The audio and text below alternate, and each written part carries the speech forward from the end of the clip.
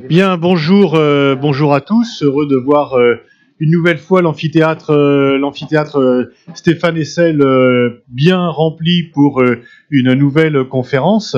Merci à Christophe Ventura qui a organisé cette conférence et merci à Celso Amorim d'avoir accepté de venir. On profite de ses compétences et de ses lumières. Les étudiants d'IRISUP ont eu le droit à quelques conférences et là, on a ouvert cette conférence au public. Alors, brièvement, vous connaissez le parcours de Celso Amorim, je ne vais pas refaire toute sa carrière, mais pour résumer, disons qu'il a été pendant une demi-douzaine d'années ministre des Affaires étrangères de Lula, avant d'avoir été ministre de la Défense de Dilma Rousseff.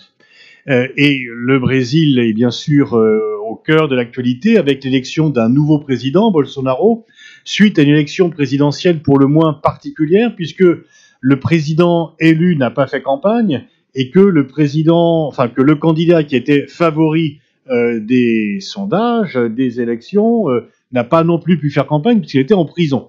Donc, un était à l'hôpital et donc ça lui évitait de parler, ce qui certainement a dû contribuer à sa popularité. L'autre était en prison et ne pouvait pas faire campagne. Tout ceci, d'ailleurs, dans circonstances plus ou moins curieuses, puisque les reproches qui étaient faits par un juge soi-disant apolitique et qui est ensuite devenu ministre du nouveau président, peuvent laisser penser, mais je laisserai Celso en parler plus abondamment, que la justice n'était peut-être pas une justice tout à fait impartiale.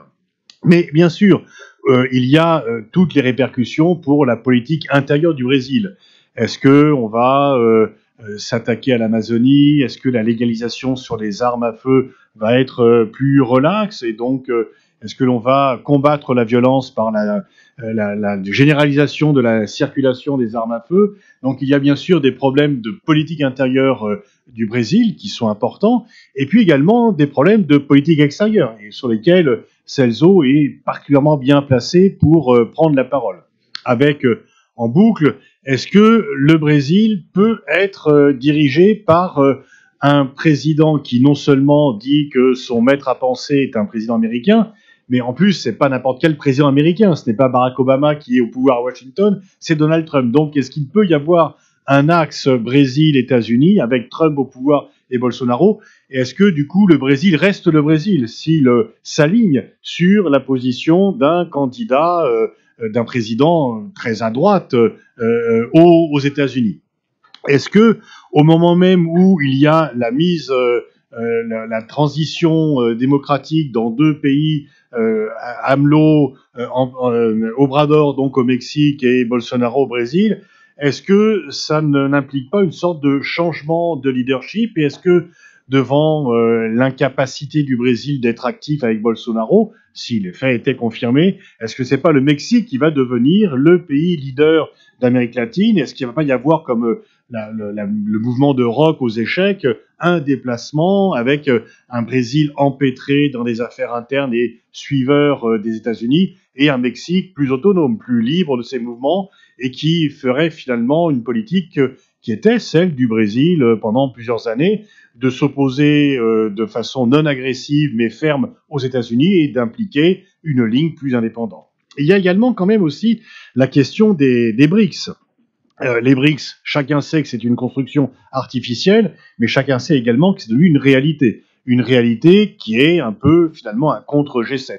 Est-ce qu'avec un nouveau président Bolsonaro qui dit vouloir faire obstacle à la présence chinoise au Brésil, est-ce que les BRICS vont rester? Est-ce que c'est le C ou le B qui va partir? Est-ce que les deux vont rester? Et sans le Brésil, est-ce que les BRICS seront encore les BRICS? Ou alors, est-ce que Bolsonaro va là aussi faire machine arrière et rester dans les BRICS? Non, il semble que Temer, au dernier sommet, a dit que le prochain sommet des BRICS aura bien lieu au Brésil en 2019. Mais ça va être difficile pour Bolsonaro de dire qu'il est à la fois un membre actif des BRICS et qu'il est un suiveur de Trump, parce que c'est tout à fait, bien sûr, contradictoire. Et puis, il y a bien sûr la question du Venezuela qui se pose. Je crois qu'il y a, tout le monde est assez conscient de la faillite du régime Maduro, mais tout le monde est aussi assez conscient que ce n'est pas dans une politique de confrontation qu'on sortira de cette impasse, et que on peut peut-être regretter que l'initiative mexicaine de faire une médiation entre les deux camp opposé au Venezuela ne soit pas plus suivi, notamment par la France. La France, certainement, aurait peut-être, puisqu'on plaide pour le multilatéralisme, il y avait un allié mexicain sur lequel on aurait pu finalement se soutenir et se greffer. Et ça me fait un peu penser au même moment, et Celso Amorim en a un souvenir, lorsque la France, avec d'autres pays européens, avait rejeté la proposition brésilo-turque de médiation sur l'Iran, alors que là aussi c'était assez contradictoire de dire qu'on est pour le multilatéralisme et de refuser une médiation parce qu'elle n'était pas issue du P5, etc. Bref, vous n'êtes pas là pour m'entendre, les sujets sont très nombreux. Merci encore Celso d'avoir accepté de venir en parler à l'Iris. On est très heureux et très honoré de ta présence. Merci beaucoup. Et je recède la parole à Christophe Ventura, qui est le MC de ce soir. Merci Pascal, merci beaucoup pour cette introduction qu'en est vraiment une, puisque je crois que ça a posé le périmètre des échanges et de l'intervention que va nous proposer ce soir le ministre Celso Amorim, qu'on remercie vraiment chaleureusement, vraiment de sa présence ici ce soir pour cette conférence, et puis pour les cours aussi qu'il donne à l'IRIS pendant toute la semaine. Donc je vais tout de suite lui donner la parole, tout simplement, pour une intervention qui va durer le temps qu'elle durera. On avait parlé d'une petite demi-heure en gros, avant qu'il y ait quelques, j'imagine, des questions qui seront nombreuses peut-être d'avant, je le dis pour frustrer personne, qui seront trop nombreuses par rapport au temps qu'on aura de disponible pour y répondre, mais bon, ça fait partie des règles du jeu, donc on devra clore cette conférence à 20h, et donc je vous laisse avoir le plaisir d'écouter les analyses de Celso Amorim. Merci. Merci Christophe, merci Pascal pour les mots d'introduction. Merci aussi pour avoir posé les questions. Il y a une manière de dire en français, poser les problèmes, c'est les résoudre. Vous avez posé les questions, d'une certaine façon, c'est déjà les répondre. Alors, je ne me sens pas nécessairement contraint à traiter de toutes les questions qui ont été mentionnées. Évidemment, quand on arrive à un certain âge, on a toujours le danger d'être trop autobiographique. Et c'est la façon aussi que je peux avoir de présenter mes réflexions sur ce qui se passe au Brésil dans une perspective historique. Mais avant cela, enfin, je voudrais reconnaître tous les amis qui sont ici, mais pour ne pas les nommer tous, enfin, des amis, ma femme qui est là, mais je ne peux pas me passer de mentionner Alain Desjamets, avec qui j'ai appris tellement de choses à l'ONU, au Conseil de sécurité. Je me rappelle une phrase, peut-être, je ne sais pas si Alain, tu te réponds de l'avoir dit, mais quand nous étions à une des multiples crises de l'Irak, on devrait avoir cette résolution après la visite de Kofi Annan à Bagdad. Il y avait deux positions, essentiellement une qui rejetait l'automatisme, qui demandait une autre décision du Conseil pour une action armée ou une action quelconque, et il y avait ceux qui défendaient l'automatisme. Enfin, c'est pas un secret que les États-Unis et le Royaume-Uni défendaient ardemment cette position d'automatisme, et il y avait d'autres pays, y compris la France et le Brésil. À l'époque, c'était le gouvernement de Cardoso, hein, il faut le rappeler, c'était même pas Lula qui s'opposait à cette vision. Et j'ai une idée avec mes assistants de trouver une solution qui était surtout basée sur la première résolution sur l'Irak, après la première guerre du Golfe. Et enfin, je ne vais pas entrer dans les détails, mais qui essentiellement disait que le Conseil de sécurité continuait à traiter du sujet et qu'il se prononcerait sur n'importe quel détail qu'il faudrait se prononcer.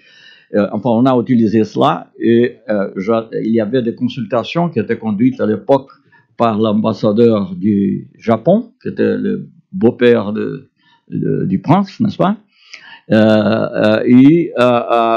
et j'ai eu cette idée, c'était un jour assez triste pour moi après, parce que ma mère est décédée ce jour-là, mais j'étais dans la voiture, et avant de faire de passer à la conversation avec Owada, l'ambassadeur du Japon, j'ai appelé mon ami Alain Desjamets et j'ai dit j'ai cette idée de faire de cette façon. C'était pas exactement dire automatique ou pas automatique, c'était une autre manière de traiter. Et Alain m'a dit, je l'ai appelé de la voiture et il m'a dit quelque chose comme vas-y, ce qui est bon pour le Brésil sera bon pour la France. Alors, ça, c'était vraiment ce qui est acceptable pour le Brésil sera acceptable pour la France. Ça, c'est une chose qui m'a donné beaucoup de courage pour faire la proposition que Owada initialement a rejeté. C'est curieux parce qu'il a dit non, il faut être ferme contre un. Mais après, l'ambassadeur américain qui était Bill Richardson à l'époque, enfin celui qui est beaucoup impliqué quelquefois dans la Corée du Nord, toujours des négociations, et Bill Richardson m'a appelé et dit cette idée que tu as présentée à Owada, peut-être on peut trouver une solution. Et comme ça, on a vraiment trouvé une résolution qui était acceptable pour tout le monde, qui était adoptée par consensus. Mais je ne peux pas oublier ces moments des grandes coopérations entre le Brésil et la France, et justement une coopération qui se basait sur l'idée qu'on ne peut pas accepter des décisions unilatérales. Et ça devrait être une leçon pour nous tous, qui continue à être valable pour l'Irak, pour l'Iran ou pour le Venezuela. Ça c'est en réalité, je pense, la leçon que j'ai prise à cette époque et de notre coopération. Je dirais rapidement pour parler de ce sujet qui, en réalité, c'est un peu le Brésil dans le monde, les perspectives qu'on aura avec le nouveau gouvernement. Je ne vais pas fatiguer trop les gens qui étaient ici hier, mais inévitablement, je dois répéter quelques idées qui étaient présentées hier, parce que ce ne sont pas les mêmes personnes en général, et il faut un peu comprendre. Et alors, l'élément que j'appelle autobiographique, c'est plutôt parce que c'est ma sensation à moi de ce qui s'est passé au Brésil. Mais ce que je dirais d'une manière générale, c'est que dès les années 70, encore pendant le gouvernement militaire, mais quand on commençait à avoir une certaine ouverture, mon impression, c'est que le Brésil, évidemment, c'était pas une ligne tout à fait droite, il y avait des oscillations, mais que le Brésil s'améliorait, toujours s'améliorait. Enfin, avec des oscillations, comme je dis, enfin, on a eu des scandales, on a eu d'autres problèmes, mais d'abord, c'était les grands déficits démocratiques qu'il y avait et qu'on a vaincu, enfin, avec la démocratisation au Brésil, le gouvernement civil. Après ça, on a eu la première élection directe pour président depuis 20 ans. Ma femme, par exemple, je disais toujours que nous n'étions pas de la même génération, c'est qu'elle aime beaucoup aujourd'hui, mais elle n'aimait pas. Elle disait, comment tu dis ça? La différence n'était pas tellement grande. Je disais, parce que moi, je votais pour président. Et toi, tu n'as jamais voté pour président. Et ça a été seulement, et toi non plus. Enfin, ça est seulement est devenu possible en 89. Le Brésil s'améliorait, même quand il y a eu l'impeachment du président Collor, accusé de corruption. Ce n'était pas un impeachment qui a divisé le pays, le contraire, c'était un impeachment qui a uni le pays. Enfin, le PSDB, le PT, le PMDB, tous les partis, tous les mouvements étaient là parce qu'il y a eu un scandale de corruption très important et on a eu une transition normale pour un vice-président. D'ailleurs, il faut toujours, Boniface, je mentionne ça, j'étais aussi ministre des Affaires étrangères pendant le gouvernement d'Itamar Franco. Je dis ça parce que c'était un gouvernement de centre. Enfin, évidemment, aujourd'hui, j'appartiens au PT, j'ai beaucoup de relations, surtout avec Lula, mais disons, ça c'est aussi intéressant parce que le fait que Lula m'a choisi démontre qu'il ne voulait pas nécessairement un partisan, il voulait quelqu'un qui était voué aux affaires de l'État. J'étais un diplomate de carrière, comme quelques-uns qui sont ici, et c'est comme ça qu'il m'a choisi en réalité. Mais enfin, après cela, il est venu la stabilité économique, c'était un autre déficit. Enfin, les gens de ma génération, même quand j'étais ministre la première fois, quand j'avais à peu près 50 ans, n'avaient jamais connu le Brésil avec une inflation annuelle de moins de chiffres. Bon, et à la fin même de 4 chiffres. Mais, enfin, cette stabilité économique, c'était une chose importante. Enfin, je suis très critique de quelques aspects du gouvernement Cardoso, surtout des excès de privatisation, mais on doit admettre que pendant le gouvernement d'Itamar Franco, d'ailleurs, mais Cardoso était le ministre des Finances, on a obtenu cette stabilité économique qui a augmenté la crédibilité du pays et a aussi, disons, donné, avec quelques peut-être réserve, mais de toute façon une certaine confiance au peuple brésilien que les choses pourraient s'arranger. Parce que, comme je dis, pour quelqu'un de ma génération, c'était vivre avec cette inflation, c'était une chose presque inévitable. Et après cela, enfin, à la fin du période Cardoso, Lula est élu président. Et il a évidemment, c'était seulement le commencement, mais c'est déjà la promesse d'une plus grande justice sociale. Parce que le plus grand problème du Brésil, évidemment, il y a beaucoup de problèmes, mais l'inégalité, qui a évidemment une dimension de race, une dimension de sexe, comment dire, de genre, une dimension de genre, mais qui est aussi la grande différence des classes sociales aussi au Brésil. Pour ceux qui ont connu bien le Brésil, ils savent que c'est le plus grave des problèmes. Alors, je raconte une histoire que j'ai mentionnée, je crois, aujourd'hui, Pascal, dans ce podcast. Je ne connaissais pas Lula, en réalité, quand Lula a été élu. Alors, je fais un câble à un ami qui était Marco Aurélio Garcia, là, parce que je l'aimais beaucoup, un ami commun. Mais là, j'ai fait un câble formel, évidemment, au président. J'étais ambassadeur à Londres à l'époque. Je fais un câble formel au président qui était élu. Mais j'ai appelé Cardoso. J'ai appelé Cardoso parce que, pour moi, ça démontrait, pour quelqu'un de ma génération, que la démocratie au Brésil était consolidée. Cardoso avait été un homme d'opposition, un intellectuel qui s'est opposé au gouvernement militaire, et je lui ai dit, enfin, si quelqu'un me disait, il y a 15 ans, 20 ans, que tu, enfin, je l'appelais tu quelquefois, pas en public, mais enfin, si quelqu'un me disait que vous, ou que tu deviendrais président et que ton successeur serait quelqu'un comme Lula, je dirais, c'est fou. C'est une personne tout à fait folle. Et en réalité, ça s'est passé, et je pensais, bon, la démocratie au Brésil est tout à fait consolidée, évidemment, le PSDB peut l'emporter, le PT, mais la démocratie est consolidée, et la grande question que c'est l'inégalité, l'injustice sociale commencerait à être attaquée vraiment. Et ça, c'est vraiment une chose qui est plus que prouvée. Enfin, je n'ai pas besoin d'entrer dans les détails, mais toutes les études démontrent qu'il y a eu tous les indicateurs, le fameux indicateur Gini, je ne sais pas, que les économistes connaissent bien. C'est la première fois de l'histoire du Brésil dès qu'il a été établi et analysé, qu'il est l'indicateur de distribution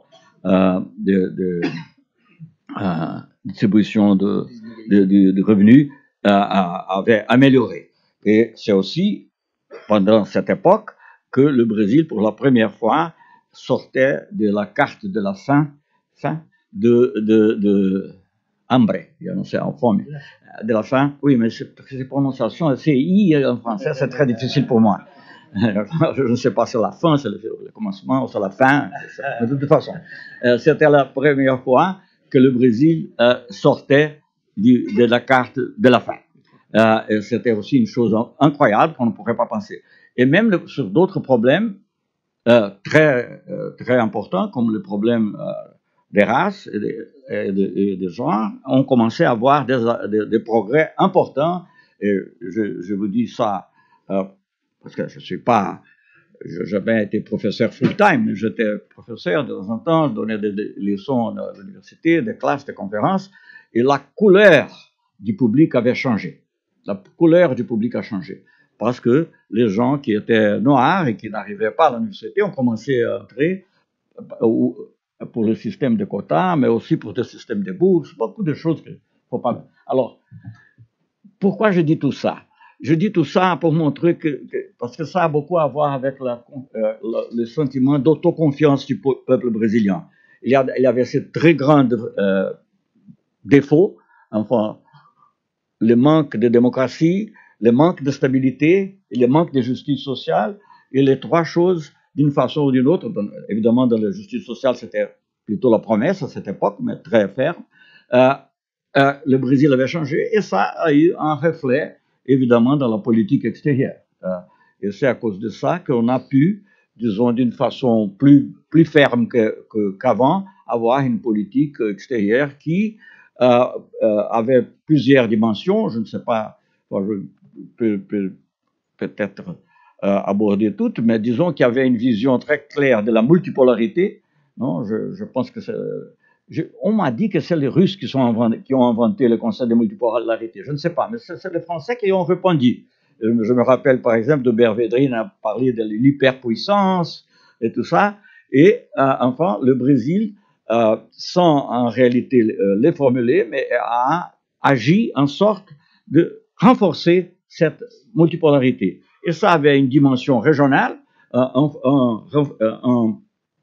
en travaillant pour l'intégration sud-américaine, latino-américaine, mais plutôt sud-américaine. Je peux revenir sur la question Mexique après. Et aussi dans une dimension globale, à cause de notre politique pour l'Afrique, pour le monde arabe, avec notre opposition très ferme dans le cas du gouvernement Lula à l'invasion de l'Irak par le gouvernement Bush, ce qui a créé la possibilité d'un dialogue assez fort avec les Russes, avec les Français, avec l'Allemagne à l'époque aussi, ce qui nous a, disons, mis d'une façon... le Brésil, même n'est pas étant à l'époque un membre temporaire du Conseil de sécurité, mais avait un dialogue très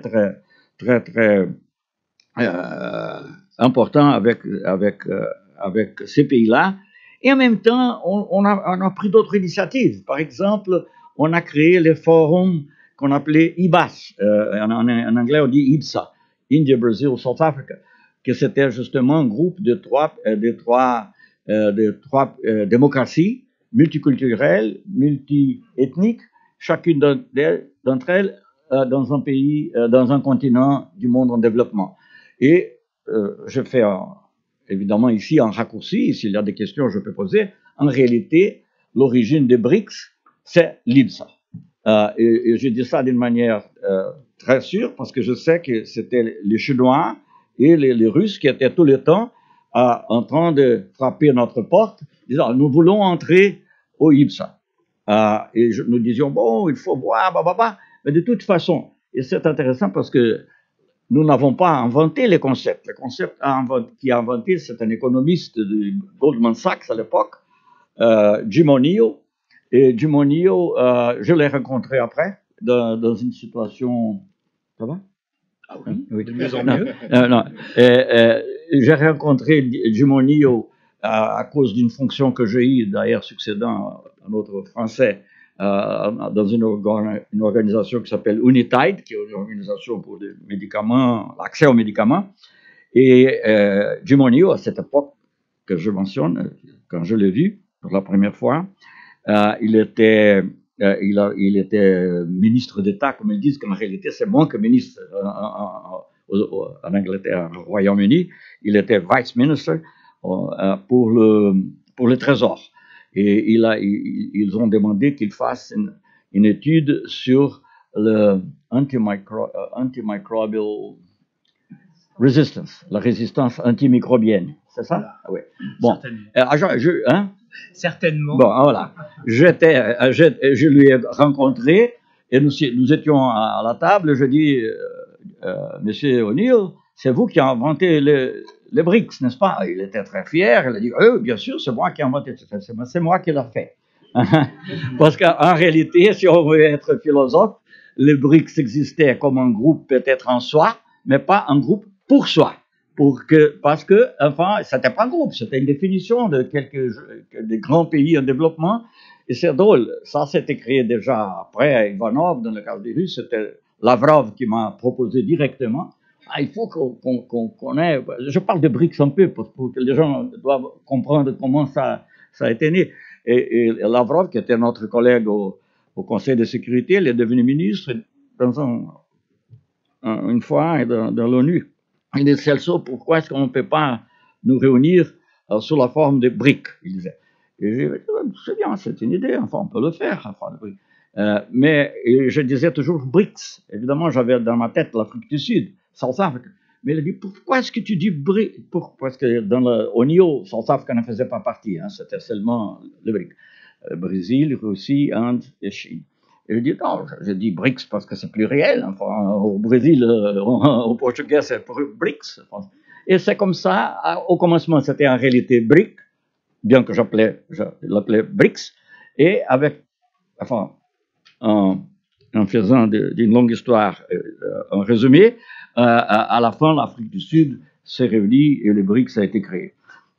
Alors, je prends ça pour dire que tout ce qu'on a fait dans ces genres, l'intégration sud-américaine, les relations avec l'Afrique, les Arabes, l'IBSA et les BRICS, tout ça cheminait dans la direction de la multipolarité. C'est rien. Vous avez utilisé le mot, Pascal, agressif. Non, je crois on n'était jamais agressif. Même quand on devrait critiquer les Américains ou critiquer les Européens, par exemple, dans le cas des subventions agricoles, par exemple. Bon, évidemment, dans les réunions privées, on dit tout, n'est-ce pas? Mais c'était, au contraire, nous avons essayé toujours d'avoir une bonne relation. Et ça, c'était pas mon mérite, c'était surtout le mérite de Lula. Il y a beaucoup de gens qui me disaient fréquemment, Lula est la seule personne qui peut être ami de Bush et ami de Chavez en même temps. Hein, voilà. Parce que c'était un homme de dialogue, parce que toute sa vie, c'était une vie pour le dialogue. Comme leader syndical, il savait aussi, c'était pas seulement pour appeler les grèves générales, mais quelquefois aussi pour arrêter la grève générale quand le moment était venu. Enfin, et aussi pour rétablir le dialogue. Alors, le Brésil avait cette position, ça nous a permis d'avoir un rôle assez important dans l'OMC, ça nous a permis de travailler dans d'autres domaines où normalement le Brésil n'était pas appelé, comme le Moyen-Orient. Le Brésil a été un des 3 pays en développement non islamique et non arabe qui a été invité pour la conférence d'Annapolis, quand on a discuté ou essayé de faire de vivre la feuille de route, le roadmap. Et enfin, nous étions dans cette position, ce qui nous a mené aussi, j'ai parlé beaucoup hier sur cela, je ne vais pas répéter trop, je me répète, mais je ne vais pas exagérer, ce qui nous a permis, par exemple, essayer d'être médiateur dans cette question du programme nucléaire iranien. Bon, à la fin, on nous a abandonnés, mais de toute façon, je pense que l'exemple est resté. Après 2 ou 3 années, les Américains ont repris avec les P5 plus 1, les 5 membres permanents plus l'Allemagne, ils sont arrivés à un accord avec l'Iran, un accord que M. Trump maintenant évidemment n'aime pas, il essaie de sortir. Bon, j'ai parlé beaucoup des années Lula et comment ça... Et Lula a sorti de la présidence, je n'ai pas besoin de répéter, parce que vous savez, avec 85%, presque 90% de popularité, c'était une chose très forte, jamais vue au Brésil, parce que l'économie allait bien, les gens s'amélioraient de vie, mais évidemment, dans ces contextes, il y a eu aussi des réactions, parce que, évidemment, quand tout le monde allait bien, et même le riche devenait plus riche, parce qu'il y a eu même un banquier qui a dit, bon, je vais faire un statut pour Lula, parce que je n'ai jamais touché tellement d'argent que maintenant, ma banque. Mais il y a eu des tensions. il y avait des gens qui n'étaient pas contents, par exemple, que les employés domestiques, normalement des femmes et normalement des noirs, pouvaient avoir des droits, de droits de travail, qui n'étaient pas contents de partager son siège avec des gens qui parlaient mal le portugais ou qui n'avaient pas une attitude qu'il espérait dans l'avion. Bon, il y a eu beaucoup de choses comme ça. L'économie était en train de croître, ça c'était tellement grave. Mais après des moments où on a, disons, on a subi d'une façon plus forte les effets de la crise, ça a commencé vraiment à ébranler l'appui que le PT avait, et Lula n'était plus président. Alors les choses sont passées. Je ne vais pas répéter toute l'histoire de l'impeachment parce que ça est très connu. Mais de toute façon, en revenant à la question, qui actuelle, laissez-moi seulement dire une chose, parce qu'en même temps qu'au Brésil, on avait cette évolution, dans le monde, je dirais, il y avait une évolution qui avait une certaine convergence, parce que c'était justement, disons, après 10, 15 années d'unipolarité consentie en large mesure, après la chute du mur de Berlin et la dissolution de l'Union soviétique, le monde paraissait moins rigide, ce qui nous paraissait bien pour nous et bien pour le monde. Alors on a travaillé dans cette perspective, et c'est, disons, une partie essentielle de la politique étrangère, et comme était essentielle aussi l'intégration sud-américaine. Et je dis sud-américaine parce qu'à l'époque, le Mexique, à cause du NAFTA, était très proche des États-Unis. Et comme a dit un président mexicain, très proche des États-Unis, très loin des dieux. C'est difficile de parler d'intégration latino-américaine à cette époque, surtout dans le domaine économique. Mais on a aussi développé bon, entre plusieurs d'autres choses, mais je peux rappeler, et peut-être ça a aussi dérangé un peu quelques-uns à Washington, je pense surtout. On a fait la première réunion du pays latino-américain et du Caraïbe sans la présence des États-Unis ou du Canada ou la tutelle européenne. C'était la première fois qu'il y a eu une réunion, c'était au Brésil à la fin 2008, 6 mois après la création d'une organisation sud-américaine qui est déjà en train de se dissoudre maintenant, qui était l'UNASUR.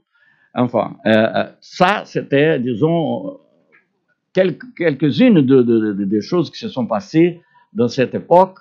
Je parlais hier et je mentionnais maintenant des efforts de médiation, de trouver une solution pour la question du programme nucléaire, une solution temporaire, une solution de création de confiance pour le programme nucléaire iranien. Ça a été au commencement, disons, une demande, une sollicitation, meilleur disons, une requête des États-Unis. Enfin, ça c'était comme ça. Pour être tout à fait juste, beaucoup de ces choses commençaient à être détruites ou déconstruites avant Bolsonaro. Hein. Ça, le gouvernement Temer a déjà représenté un grand recul dans beaucoup de ce genre de choses dont nous avons parlé.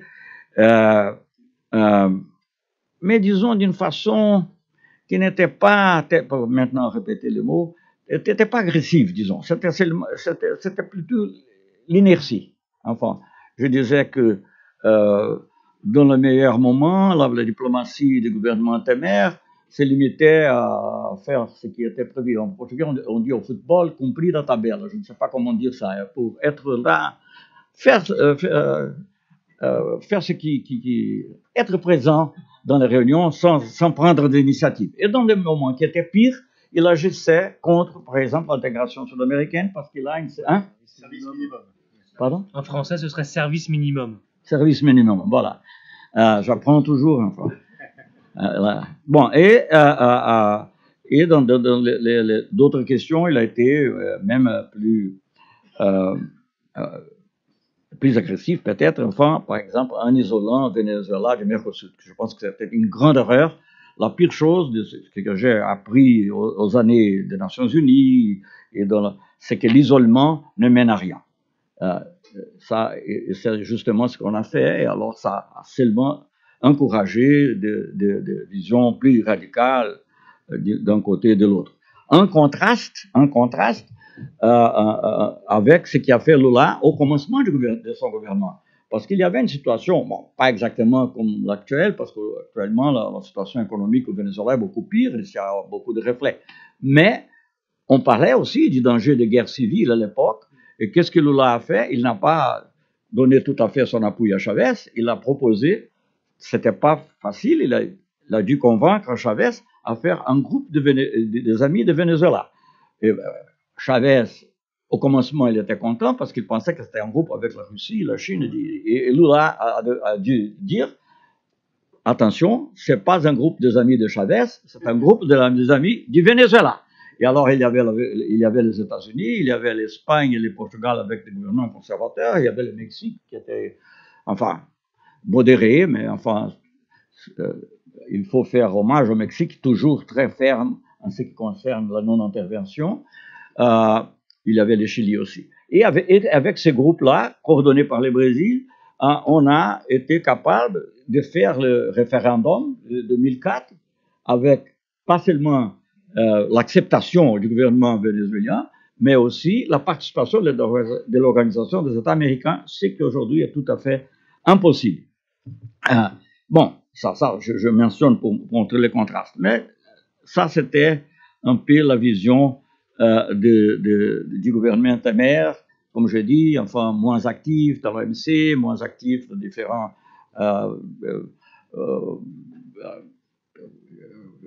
moins actif en Afrique, mais il n'a pas déconstruit totalement, disons. Il était plutôt manque d'initiative, sauf en ce qui concerne l'Amérique du Sud, le Mercosur et surtout le Venezuela. Maintenant, c'est un peu différent. C'est un peu différent parce que Temer était un gouvernement ultra néolibéral aussi. Ils ont fait plus de privatisation, je crois, en 2 années que dans toute l'histoire du Brésil. Il a démonté, on peut dire. Démantelé. Hein? Démantelé. Non, pas démontré. Il a déconstruit. Il a démantelé toute la législation de protection aux travailleurs, ou presque toute. Enfin, il a laissé un peu pour Bolsonaro. Il a établi, par exemple, une chose que c'est une invention que je sache brésilienne, parce que je n'ai jamais vu ça, par un amendement constitutionnel fixé un plafond pour les dépenses générales, mais évidemment ça affecte la santé, l'éducation et tout ça. C'est qu'un plafond comme un plafond, pas comme proportion même du produit brut en monétaire. Et tout cela, enfin, ce sont des choses incroyables. Et dans la politique extérieure, j'ai déjà démontré, mais il avait, disons, un certain respect encore pour, disons, les organisations multilatérales et pour le multilatéralisme. Et ce que je vois sans stratégie, sans agir d'une manière, disons, qui pouvait, bon, c'est bien de parler de stratégie ici, n'est-ce pas, dans l'IRIS, sans stratégie, mais enfin, encore en respectant certaines règles. Maintenant, ce qu'on voit, c'est une attaque du même genre de Trump, enfin, d'ailleurs, c'est une imitation de Trump, anti-multilatérale. Et c'est une imitation qu'on ne peut pas comprendre. En réalité, si on voit, même du point de vue, parce qu'on peut, enfin, je ne suis pas d'accord avec tout ce que Trump a fait, tout au contraire. Quand Trump a été élu, je me rappelle, on m'a fait on m'a posé des questions, une revue brésilienne voulait un article, mais j'étais en voyage, je donnais une interview, et j'ai dit, le pire de Trump, c'est l'exemple. Et je ne pouvais pas imaginer que je serais tellement to the point, n'est-ce pas? C'était vraiment. Alors, mais on peut comprendre, du point de vue, disons, même de la démagogie, s'il est contre les immigrants, vous savez, enfin, c'est surtout moi tout à fait contre sa position, mais je peux comprendre sa démagogie. Mais pourquoi le Brésil, il y a plus de Brésiliens hors du Brésil que des étrangers au Brésil, pourquoi le Brésil va appuyer cette position de, par exemple, ne pas signer le pacte d'immigration, le pacte global de l'immigration? Je ne peux pas comprendre ça. Ça ne peut pas comprendre. Dans la question du changement climatique, je peux comprendre qu'un pays qui a un des plus grands pollueurs, enfin, pollueurs du monde, puisse, avec la Chine peut-être, mais enfin, puisse éviter, et même parce que Trump a fait ça un peu pour négocier quelquefois. Enfin, je ne justifie pas, je n'aime pas, mais le Brésil, qu'est-ce qu'il va faire si on a, contrairement, depuis Copenhague, surtout une position très active et très en faveur de règlements pour éviter le chauffement global. Oui. Bon, tout ça, je vois que c'est une chose qui peut-être pas ne se tiendra pas à la longue parce que c'est tellement absurde, ça répond seulement à des impulsions idéologiques, je pense. Une idéologie qui est basée sur l'image de Trump, d'ailleurs, ne pas seulement l'image, mais les méthodes aussi, des méthodes qui ont été utilisées dans l'élection, tout ça, comme ça, enfin, l'élection de Trump, tout le monde le connaît. Enfin, ce sont des moyens, je ne sais pas qu'est-ce qu'on peut dire, c'est de la légitimité, mais ils ont été utilisés, Trump a réussi, et les mêmes méthodes ont été utilisées au Brésil. Tout ça nous mène à une situation qui est difficile. Je vois, pour parler rapidement, parce que enfin, je ne connais pas tellement bien de toute façon, il y a deux nuances dans le gouvernement. Le gouvernement n'est pas... on parle de Bolsonaro, mais il y a d'autres...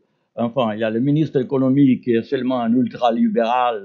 Pour lui, c'est la même chose si on a telle ou telle position dans certains aspects. Il y a quelques-uns des militaires, y compris le vice-président, qui fait tous les jours des appels au pragmatisme.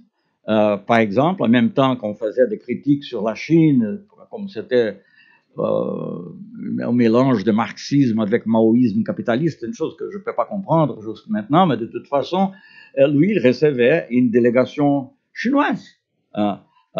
Et plus important, récemment, parce qu'on m'a posé cette question, une question qui est proche de cela, récemment, quand le frère aîné de Lula est mort, et la police, la justice n'a pas permis qu'il soit présent au funérail, avec une nuance qui, après je peux expliquer, mais de toute façon, ça c'était la décision, le vice-président, qui est le général, a dit non, c'est une question humanitaire. Bon, son opinion n'a pas prévalu, mais de toute façon, ça montre aussi sur la question, par exemple, de l'arabe et des Palestiniens et d'Israël. Le président est élu, il a promis, du moins il a dit que le Brésil irait changer l'ambassade de Tel Aviv pour Jérusalem. On ne peut pas comprendre d'abord aussi parce qu'il y a au Brésil au moins 12 millions de descendants d'Arabes, mais de toute façon c'est ce qu'il a dit, peut-être par des engagements avec les groupes de Trump. Et encore là, par exemple, le vice-président a dit, bon, il faut voir, on ne sait pas, on dit, mais il faut étudier. Bon. Alors, il y a, disons, un degré de... C'était pas peut-être l'idéalisme que je voudrais voir, mais il y a au moins un degré de pragmatisme qui peut être un élément de modération dans quelques aspects. On va voir, je ne sais pas. Je termine avec un commentaire plutôt de politique antérieure. Je pense que la chose qu'on a perdue au Brésil, c'est très clair dans les élections, c'est les discours rationnels. Et je pense que ça, pour les Français qui ont été toujours les grands défenseurs des discours rationnels, même si le comportement peut-être n'est pas toujours rationnel, mais de toute façon, je pensais aujourd'hui, vous avez inventé le discours de la méthode, il faut maintenant inventer la méthode des discours. Et ce qui vraiment nous manque maintenant, c'est les discours rationnels. Et qu'est-ce que je veux dire par ça? Je veux dire que, par exemple, on peut être d'accord ou non avec Cardozo, par exemple, mais c'est un discours rationnel. Enfin, je suis d'accord, je ne suis pas d'accord, on peut discuter. C'est que cette élection, c'est pas un privilège du Brésil, c'est passé aux États-Unis aussi, c'est passé au Brexit aussi, ça peut se passer en Europe, je ne sais pas. Mais de toute façon, c'est passé au Brésil d'une manière très forte, c'est le manque total du débat rationnel. Et ça, je pense qu'il faut récupérer. Et pour le faire, il faut avoir un front démocratique très ample, qui défend ces points. Le discours rationnel devrait être la base des décisions, pas des impulsions qui vont seulement toucher aux émotions du type de peur ou de haine, non? Tout le monde est sujet à ça, mais il faut reprendre ces discours rationnels. Ça, c'est une tâche difficile, je ne sais pas comment le faire, pour dire la vérité, mais je pense qu'il faut avoir la clarté que ça, c'est la chose la plus importante. Quelqu'un peut être de centre-droite, disons, comme on dit en France, la droite républicaine, quelqu'un peut être néolibéral, je n'aime pas, mais quelqu'un peut être, disons, plus en faveur de la présence de l'État dans l'économie, et plus de justice sociale, etc., etc. Mais il faut être capable de les discuter, et pas seulement agir sur les émotions, des émotions qui sont évidemment manipulées par les uns et par les autres, je ne sais pas, et c'est ça, ce qui maintenant, et ça, évidemment, se passe à l'intérieur du Brésil, mais qui aura inévitablement un reflet aussi dans la politique extérieure. Bon, alors, il faut penser que le Brésil est plus grand que le moment que nous traversons, que le Brésil reviendra à être un pays important, pas seulement par son territoire, sa population, même son économie, mais aussi par ses idées, par ses défenses des principes de non-intervention dans des affaires intérieures des États, le principe de la souveraineté des États, par un humanisme et le respect des droits humains, il ne faut pas dire droits de l'homme, hein, c'est jamais des droits humains, je pense que ça reviendra. Mais ça va exiger beaucoup de détermination et beaucoup de patience. Je pense que c'est inutile, par exemple, de dire maintenant le gouvernement n'est pas légitime. Il a été élu.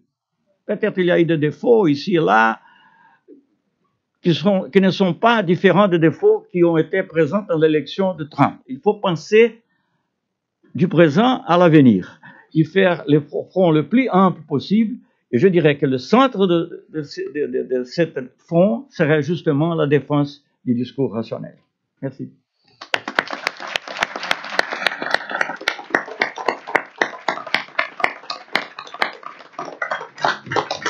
Merci beaucoup, Celso Amorim, pour cette intervention, enfin ce panorama exhaustif et articulé de 20 ans d'histoire finalement du Brésil dans son entrée dans ce 21e siècle. Et effectivement, la conclusion étant partagée par tout le monde, à savoir qu'au-delà de la conjoncture, ce pays va jouer un rôle dans les relations internationales de ce 21e siècle, puisqu'il fait partie des 10-12 pays qui pèseront à notre époque sur l'évolution des configurations mondiales.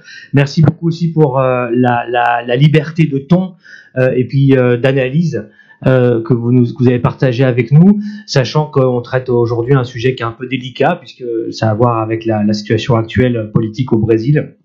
Et je pense que grâce à la manière et la forme dont vous avez dit les choses, les gens ont pu apprécier et comprendre beaucoup d'analyses que vous vouliez partager avec eux. Donc merci beaucoup. On a un petit peu de temps, c'est bien, on a une demi-heure pour échanger avec la salle qui est nombreuse ce soir. Il y a aussi des gens, je crois, qui sont dans une petite salle à côté. je suis très content que tu n'as pas fait l'éloge du courage, parce que chaque fois qu'on éloge mon courage, je meurs de peur. Ah bon, ben... Non, moi j'ai fait l'éloge de la liberté de penser ce soir. Voilà.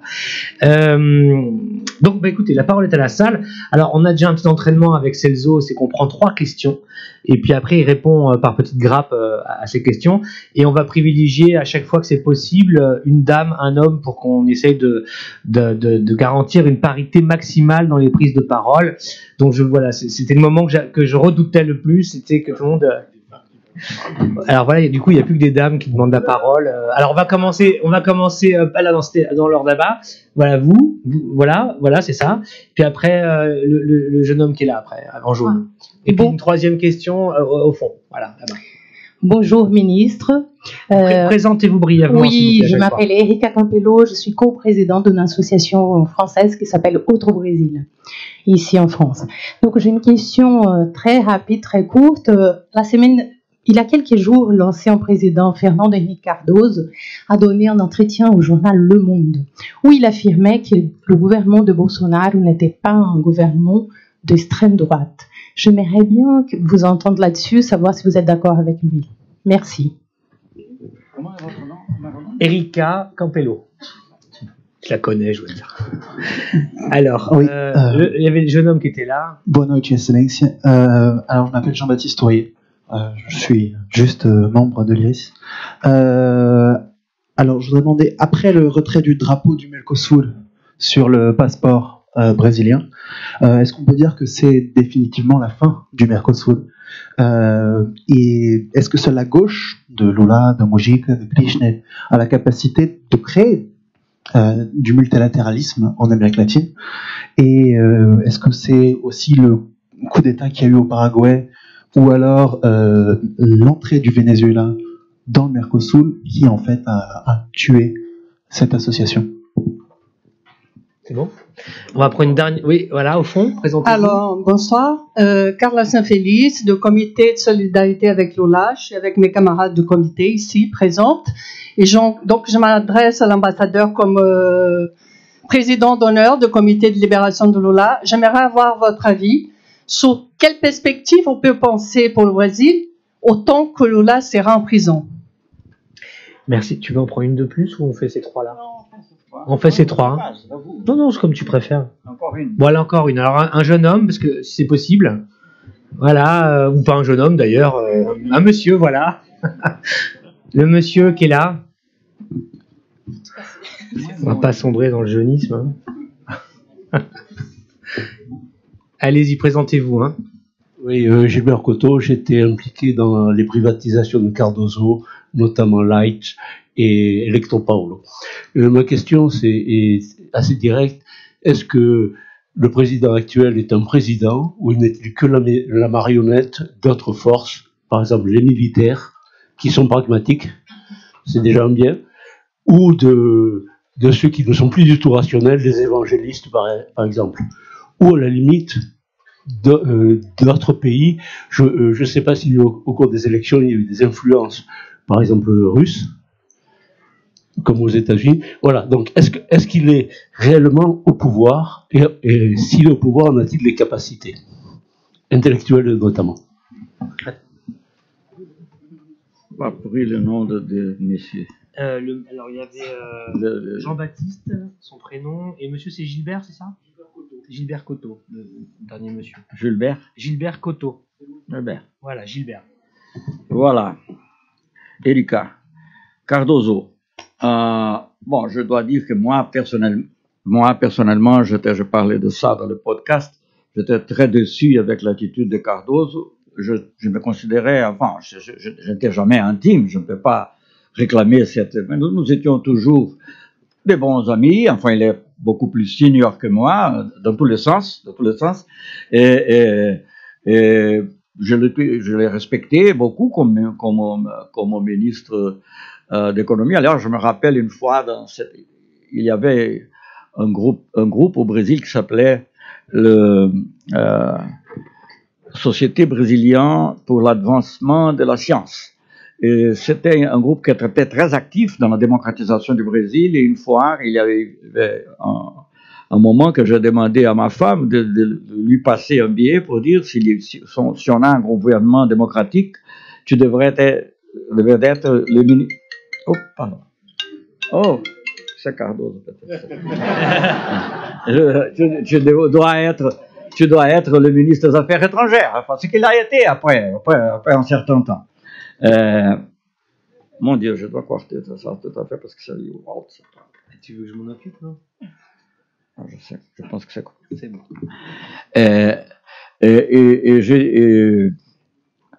Bon, alors j'avais beaucoup de respect pour lui, et enfin nous étions collègues même dans le gouvernement Franco, et j'ai fait le coup de fil que j'ai mentionné quand Lula était élu. Et plus récemment, j'avais l'espoir que Cardozo pourrait, même, pas très récemment, mais enfin, même après l'impeachment, en dépit de cette situation, qu'il pourrait, parce que j'étais présent quand Cardozo avait visité Lula au moment de la mort de sa femme, Marisa, et j'étais présent à la conversation, et après un certain temps où je voyais les deux en parlant, en ayant une conversation très engagée, très amicale, j'ai dit, bon, vous deux, vous avez l'obligation de restaurer l'espoir du peuple brésilien. Alors j'avais cette impression. Évidemment, je pourrais comprendre très bien qu'il ne voulait pas appuyer Haddad initialement, qu'il pourrait appuyer Alckmin ou je ne sais pas quoi, mais quand il a eu cette situation entre Haddad et Bolsonaro, ça a vraiment... parce qu'on ne peut pas avoir de comparaison. C'est ce que je parlais tout à l'heure, du discours rationnel et des impulsions. J'ai pris Cardozo comme un intellectuel, il a toujours été même un grand leader intellectuel au Brésil. Enfin, ça, évidemment, il a après dit qu'on ne doit pas lire le livre que j'ai écrit, mais ça c'est une autre chose. Mais de toute façon, alors, j'étais très déçu avec cette position parce que normalement, je penserais qu'il serait parti de ces fronts démocratiques, mais apparemment, ce n'est pas le cas. On ne peut pas être neutre dans cette situation. Je ne veux pas utiliser des adjectifs, mais c'est évidemment. C'est évident. Alors, Cardozo, c'est ça. Les changements de passeport, les multilatéralismes, je ne sais pas en réalité ce qui a fait la mort, ou si c'est la mort du Mercosur. Je pense que ça peut revenir. Ça, enfin, comme je dis, je pense que c'est très difficile quand on passe par un moment comme celui que nous sommes maintenant, de dire que ça va passer, mais ça va passer d'une façon ou d'une autre. Et chose intéressante, le ministre des Affaires étrangères actuel, je ne sais pas s'il a changé d'avis, mais il a écrit un livre qui a une grande défense du Mercosur. Et le Mercosur même comme un instrument de négociation, par exemple, avec l'Union européenne. Bon, alors, j'espère bien qu'il puisse être cohérent et qu'on puisse, outre toutes les manifestations qui sont quelquefois, disons, de feux d'artifice, on pourrait à la fin maintenir ou récupérer le Mercosur. Et qu'aussi le pragmatisme, parce que, après tout, si on pense le Mercosur, je ne sais pas exactement aujourd'hui, mais quand j'étais ministre, je me rappelle, le Mercosur, comme ensemble, était le deuxième partenaire commercial du Brésil. Le premier était la Chine, le deuxième le Mercosur. Et l'Argentine était la troisième, parce qu'alors,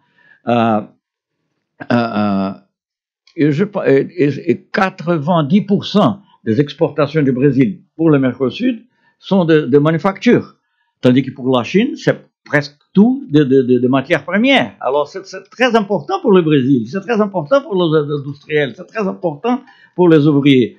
Alors, tous ces feux d'artifice, d'éliminer le mot Mercosur, c'est un peu comme, enfin, je n'aime pas l'OTAN, hein, je ne veux pas défendre l'OTAN, mais c'est un peu comme Trump avec l'OTAN, il faut tout ce qui sonne multilatéral, même si ce n'est pas, tout ce qui sonne multilatéral est rejeté.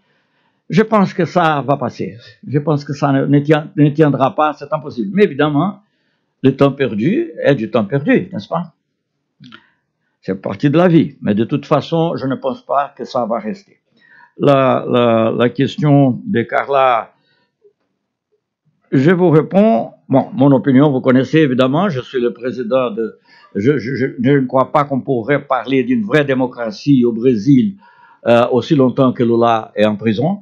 Ça, c'est mon opinion, évidemment. Il représente, il était après toutes les attaques qu'il a subies, après toute la campagne de la presse, après tout cela, la campagne de la justice et tout cela, il continuait à être le préféré de la population brésilienne pour être lui. Et c'est pour cela qu'on n'a pas laissé, vous savez peut-être qu'il y a eu une décision du comité des droits de l'homme de Genève, qui n'est pas un comité administratif, comme on a dit, il est l'organe des traités du pacte des droits civils et politiques, et on a dit que même en prison, il devrait être accepté comme candidat, mais la justice brésilienne ne l'a pas fait. Enfin, ça c'est mon opinion. Mais outre cela, je donnerai l'opinion d'un diplomate assez conservateur, je le connais, il est un homme très intelligent, très conservateur, parce qu'on parlait de l'image du Brésil. Et il a dit, l'image du Brésil ne va pas, elle est très mauvaise, elle ne va pas améliorer aussi longtemps que Lula est en prison. Bon, voilà. Alors, même pour des raisons pragmatiques, les gens devraient penser à cela, et j'espère bien que cela soit pris en compte. La dernière chose, marionnette. C'est difficile de savoir qui est marionnette et qui n'est pas marionnette. Enfin, votre question sur les Russes n'ont, que je sache, aucune influence. Par contre, d'autres ont pu avoir eu une certaine influence. Je ne sais pas. Par exemple, Steve Bannon, qui était le conseiller de Trump, a beaucoup fait l'éloge de Bolsonaro. C'est drôle, parce qu'on fait l'éloge d'un certain nationalisme. C'est très différent quand on parle de nationalisme en Europe, aux États-Unis et au Brésil, n'est-ce pas? Parce qu'être nationaliste au Brésil, c'est travailler pour l'intérêt du Brésil, pour l'intérêt des autres pays latino-américains, pour l'intérêt des pays en développement. C'est ça ma vision du nationalisme. Et pour ces gens-là, pour Steve Bannon, pour Trump, et ce qui est apparemment accepté par les gouvernements, je ne sais pas comment ça va évoluer. Je fais cette réservation, cette réserve mentale. Le nationalisme, c'est être anti-multilatéral. Vous êtes nationaliste si vous rejetez quelque chose qui a été décidé, par exemple, par le BIT, qui a été décidé, le Bureau du travail. Vous êtes nationaliste si vous rejetez la Convention du climat. Vous êtes nationaliste si vous rejetez, disons, la Convention de migration, pacte de migration. Par contre, il n'importe rien si vous êtes en train de vendre notre compagnie aérienne, Embraer, qui était le grand orgueil du développement technologique au Brésil, à la Boeing. Ça n'entre pas dans la considération de nationalisme. Alors, qui représente ces gens-là? C'est compliqué. Je pense qu'en réalité, du point de vue économique, ils sont tout à fait libéraux, libre-échangistes, disons, d'une façon à outrance, ce qui évidemment viendra, à mon avis, au détriment de l'économie brésilienne, du pouvoir du Brésil, comme d'être capable de développer sa propre technologie, les emplois et tout ça. Et du point de vue politique, ça pourrait être fait de plusieurs façons. Il y a eu un processus dont l'objectif était de démanteler l'appui à Lula. Mais en le faisant, on a démantelé la crédibilité de tout le monde politique. Alors, c'est ça que nous avons maintenant. C'est difficile de dire. Enfin, je ne dirais pas que le président est la marionnette de Trump. Trump ne sait très bien ni qui Bolsonaro est. Il a dit, il paraît qu'il est appelé le Trump du Sud, ah, c'est bien ça. Apparemment, d'une manière, de mon point de vue, la manière qu'il a parlé a été vraiment offensive, patronizing, comme disent les Américains. Mais enfin, je ne sais pas. Je ne sais pas, c'est encore un mystère. Comme je dis, il y a plusieurs forces qui sont là. Le gouvernement est quelqu'un, vous avez mentionné aussi les évangéliques. Évidemment, ce n'est pas tous les évangéliques, enfin, parce qu'il y a au moins, d'après nos calculs, il y a à peu près 10 millions d'évangéliques qui auraient voté pour Haddad et 20 millions qui auraient voté. Mais le problème, c'est que les 20 millions de l'autre côté ont été beaucoup plus militants.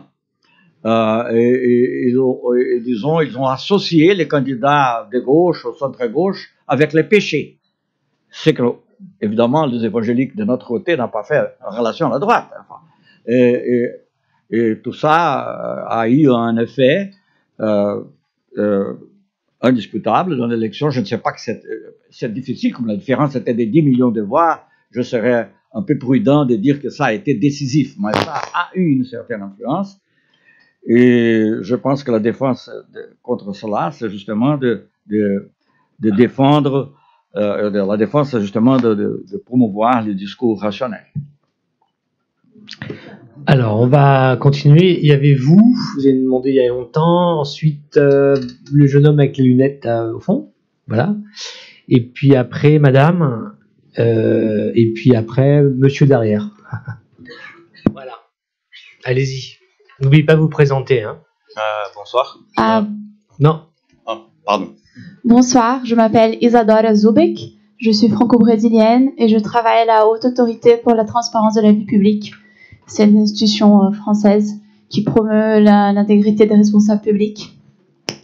Et j'aimerais savoir, s'il vous plaît, votre opinion, votre position par rapport aux révélations de l'opération Lava Jato, tant au niveau national, avec la crise de confiance qu'elle a engendrée, mais aussi internationale. Et je pense notamment à tous les scandales de corruption autour de Odebrecht qui ont affecté beaucoup de hauts responsables publics en Amérique latine. Merci beaucoup. Et merci beaucoup pour votre intervention. C'est un honneur en tant que Brésilienne de pouvoir vous écouter. Merci. Merci. Non, c'était monsieur là-bas. Voilà, je suis désolé, hein, je pointe du doigt parce que je ne connais pas le nom. Allez-y. Bonsoir. Je m'appelle Enrique, je suis brésilien. Je voudrais savoir si, une fois qu'on compte plus sur le veto des États-Unis par rapport à l'intégration du Brésil à l'OCDE, si on peut envisager maintenant, désormais, une participation plus grande du Brésil au centre de l'OCDE, parce que même si vous dites que les États-Unis ils refusent tout genre de multilatéralisme, à l'instant, l'OCDE, ça passe bien. Et aussi, je voudrais savoir, en sachant que le Venezuela sera la une à partir de présent, vu qu'ils ont les plus grandes réserves de pétrole dans le monde, s'il y a la possibilité d'une installation d'une base militaire américaine au Brésil. Trois questions. Hein. Trois questions, ouais. Une fois, un journaliste m'a demandé, est-ce que je peux vous poser deux questions? Je vous avais déjà posé une. Hein. Madame. Bonjour, ministre. Adriana Moisés, journaliste à Radio France Internationale à Paris, rédaction brésilienne ici. Vous avez dit qu'il faut qu'on revienne à un discours rationnel au Brésil. Et une des nouvelles données, je pense, de tous ces contextes politiques au Brésil, c'est les pouvoirs des églises évangéliques, justement, qui ont un projet de contrôle d'État brésilien, qui sont installés à l'extérieur du Brésil, comme les affaires du Bispo Edir Macedo aux États-Unis. On a même des affaires judiciaires avec cette famille Macedo aux États-Unis. Et aujourd'hui, c'est clair qu'ils ont un projet de contrôle d'État. Est-ce que c'est une nouvelle donnée dans tout cet historique que vous avez présenté ici, et peut-être une nouvelle donnée qui n'est pas prise à la mesure du sérieux et du pouvoir, qui change un peu la donne de la politique traditionnelle avec tous ces pouvoirs qu'ils ont installés, c'est la capacité des églises évangéliques de manipuler justement une quantité d'électeurs, comme vous avez dit, au moins 30 millions des électeurs. Enfin, s'il n'y a pas un peu d'angélisme des politiques traditionnelles au Brésil, avec ces groupes-là, des pouvoirs actuellement installés dans notre Congrès. Merci. Merci. Monsieur qui était derrière. Bonsoir, je m'appelle Jean-Louis Martin, je suis économiste. Jean-Louis. Monsieur le ministre, vous avez été ministre de la Défense, donc vous connaissez bien les militaires. Vous en avez parlé lors de votre intervention comme un facteur peut-être de rationalité au sein du gouvernement Bolsonaro. Mais est-ce que ça n'est pas un peu dangereux de faire confiance à une institution qui a déjà pris le pouvoir une fois par la force et qui est la seule en Amérique latine à n'avoir jamais reconnu l'illégitimité de cette prise de pouvoir? Ok. Merci. Alors, comme on arrive dans la dernière ligne droite, on essaiera de prendre un autre tour de questions, mais ça va dépendre des réponses du ministre. Donc, si elles sont un peu plus courtes, ça nous permettra de faire un autre tour. Isadora, je donne mon opinion à moi. Je ne fais pas je n'ai pas une conviction fondée sur une recherche. Mais c'est vrai que le lavage, car wash, je ne sais pas comment on appelle en français, le lavage express. Hein? Lavage express. L'opération lavage express, elle a eu un effet de dévastation sur tous les piliers, disons, du pouvoir brésilien. D'abord, la force des politiciens, antérieurement, des entreprises comme Odebrecht. Je ne dis pas qu'elle ne doit pas être corrigée, mais ce qui arrive. Par exemple, quand Volkswagen on a fait à Volkswagen un software qui apparemment donnait des données fausses sur la pollution, on a demandé à la personne de démissionner, je ne sais pas, mais Volkswagen, je ne vois pas la justice allemande, tout le monde disant non, Volkswagen est impossible, ou je ne sais pas. Enfin, je ne parle pas de Volkswagen, il y a Volkswagen au Brésil, mais enfin, on ne voit pas ça. On ne voit pas ça aux États-Unis, on ne voit pas. Au Brésil, on a utilisé ça pour détruire les piliers de la présence du Brésil à l'extérieur.